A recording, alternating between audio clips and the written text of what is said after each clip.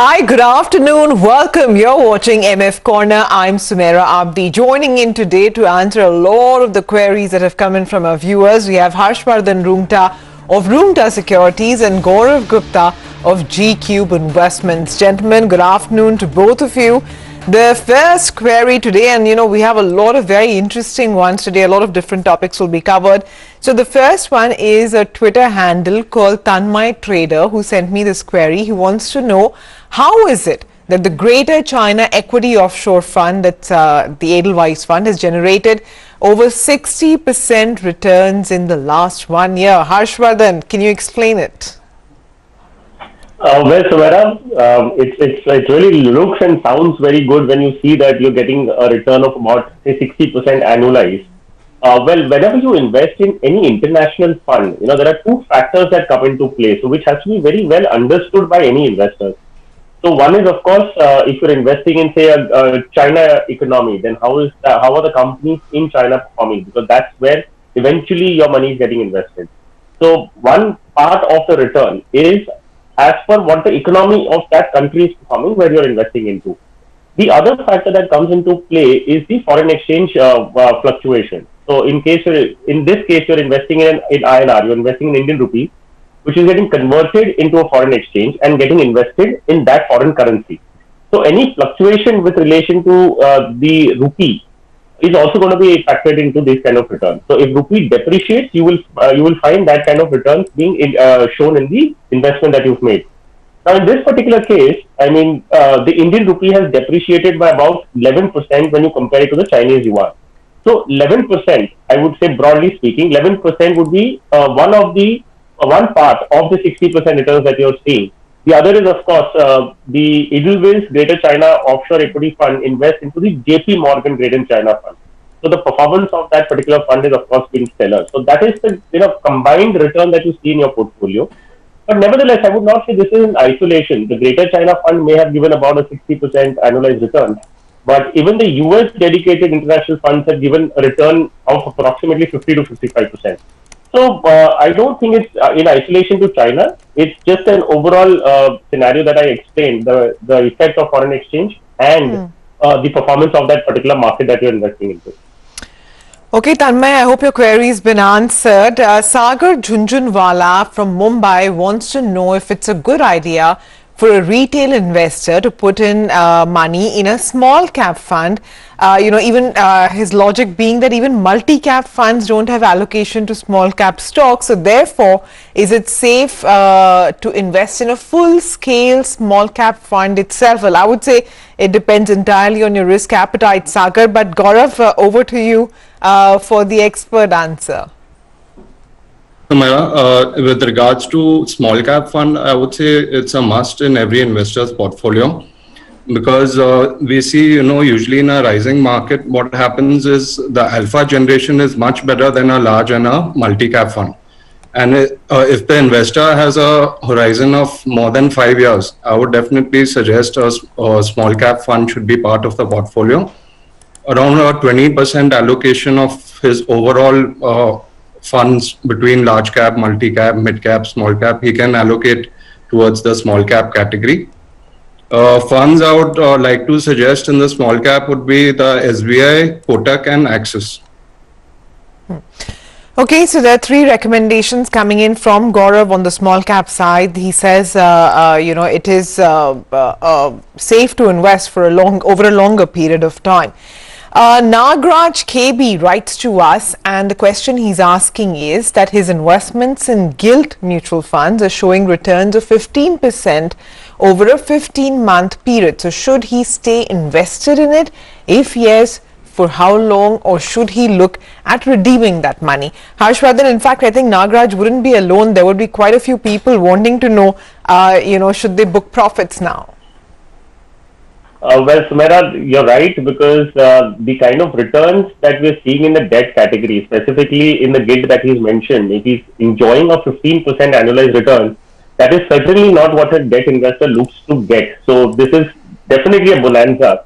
And this thought does come into the minds of investors, asking that, should I just capitalize upon this, remove the money, take it out, and then do what?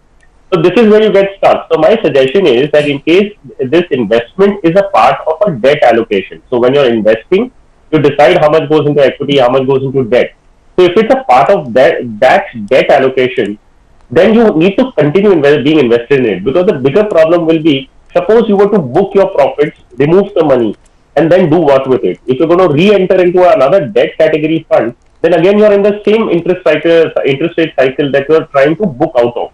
So I don't think it's a very sensible thing to do unless you are wanting to remove money out of this category and go into another category altogether. So for an investor's perspective, I don't think you need to book your profits and try and take the benefit of an interest rate movement of the cycle. A debt investor on a longer term should expect a return of between 6 and 8%, because right now he's enjoying a 15%. There could be a phase that he will not possibly get about 4 to 5% as well. So I think just hang on, expect a return on long term average return of about 6 to 8%, and just be happy with it. Don't try and play around with the interest rate movement and the cycles and trying to capture the peak and the bottom. I don't think that is sensible to do. Yeah, that's true actually. And just like we don't attempt to time the equity market, we shouldn't attempt to time the interest rate cycle as well. Okay, the next query, and I think Gaurav, this is right up your alley. Nishi Shade has written to us from Lucknow. So she says that she has investments in a few funds which she has sent in. She wants you to assess her portfolio. So first on the funds, currently she's investing in the Nippon India Pharma Fund, Axis Blue Chip, IDFC Regular Savings, and the Edelweiss Banking and PSU Debt Funds. So she wants this reviewed, and she also wants to know, should she look at paper investments in gold? I would say first she should definitely access her overall asset allocation, that how much money she's keeping in equity, how much she's keeping in debt. Because as I see from the 4 funds that she's invested in, 2 are into equity, 1 is in the hybrid category more towards debt, and 1 is a 100% debt fund. So out of all those funds, the IDFC regular saving fund is actually an underperforming fund. So I would advise maybe to exit out of that fund. And she could maybe look at adding like a multi-cap fund in her portfolio, like a Parag Parikh long-term equity fund, which is has a overseas exposure of about 30% as well. And it's investing in overseas companies like Facebook, Amazon, Google is there. And even in the domestic portfolio, there are mainly private banks, ITC, and a lot of IT and pharma companies. With regards to gold, I would say that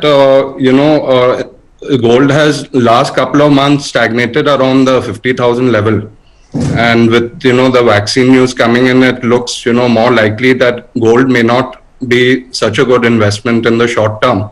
Maybe she can wait for a small correction to happen in gold and then look to enter into that category.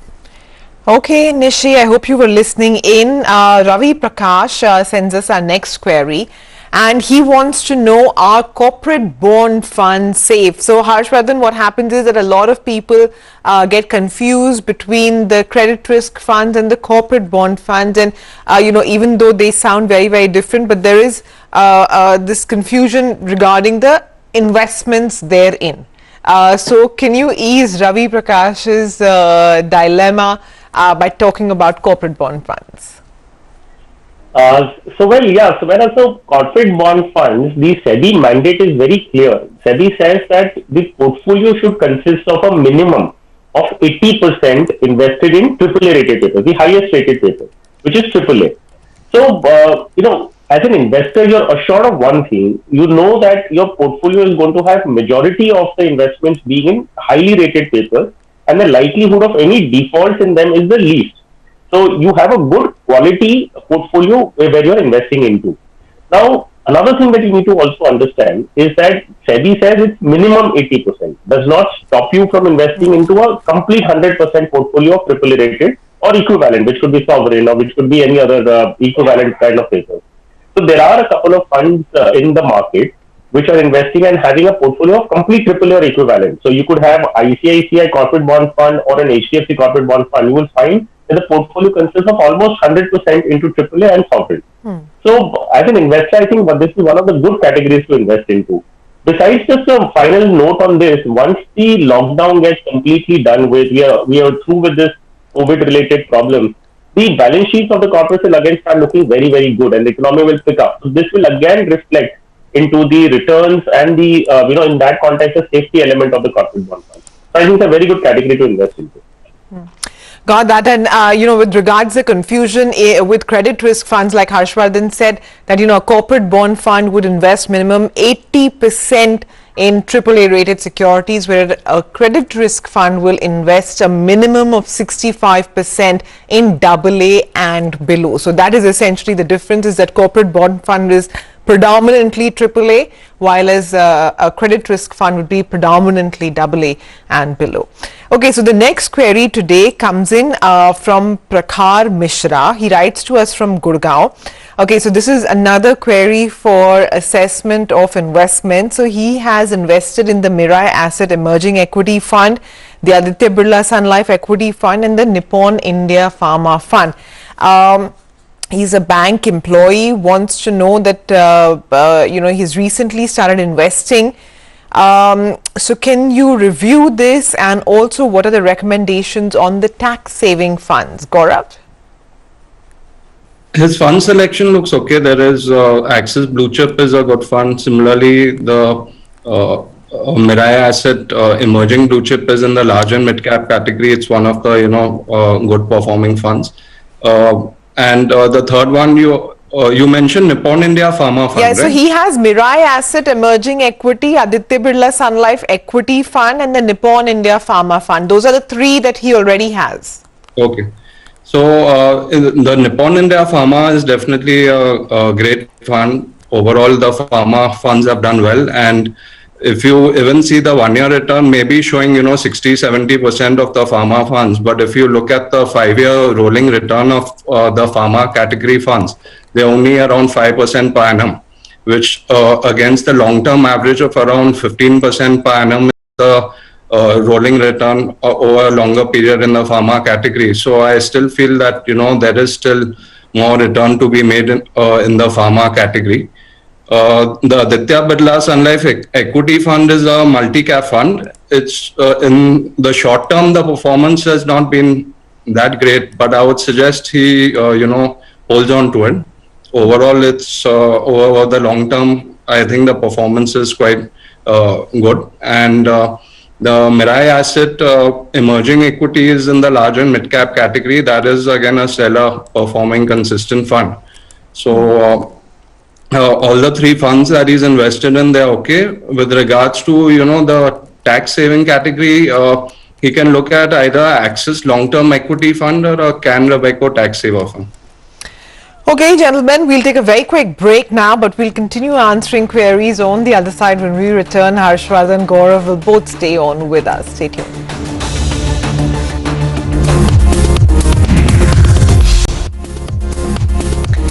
Hi, welcome back. You're with MF Corner. Our two experts are with us, and the next query is pretty interesting actually. Rahul Jaiswal has written from Noida, and he wants to know what our experts think on the spate of new ESG funds that have come in. So Gaurav, first to you, what's your opinion? ESG is, as the name suggests, it's in environment, social governance, but I would say they are more like, a regular multi-cap fund without, investing in tobacco and alcohol, because most of the companies today, they are following the ESG governance. So, I would maybe, suggest the investors to go in for, a regular multi-cap fund with a more consistent track record. Or, if they are going in for a sector fund, rather go in for a, a IT or a pharma fund, because this comes in the thematic category. No, it does come in the thematic category, but you don't think ESG is a theme whose time has come, or rather the theme of the future? If they have some maybe overseas component to it wherein, because some funds have a mandate that maybe 30 to 35% they can invest in overseas ESG companies as well.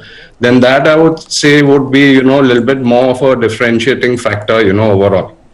Otherwise, if I have to look at the, portfolios of the existing ESG funds, they are very similar to the funds that are there currently in the multi-cap space in the market.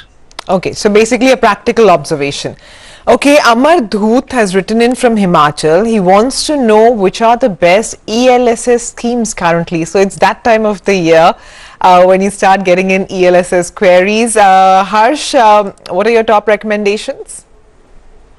So, well, I can recommend three schemes that you could consider. One is an Axis Long-Term Equity Fund. The other is a Mirai Asset Tax Saver. And the third is a Canara Robeco Equity Tax Saver.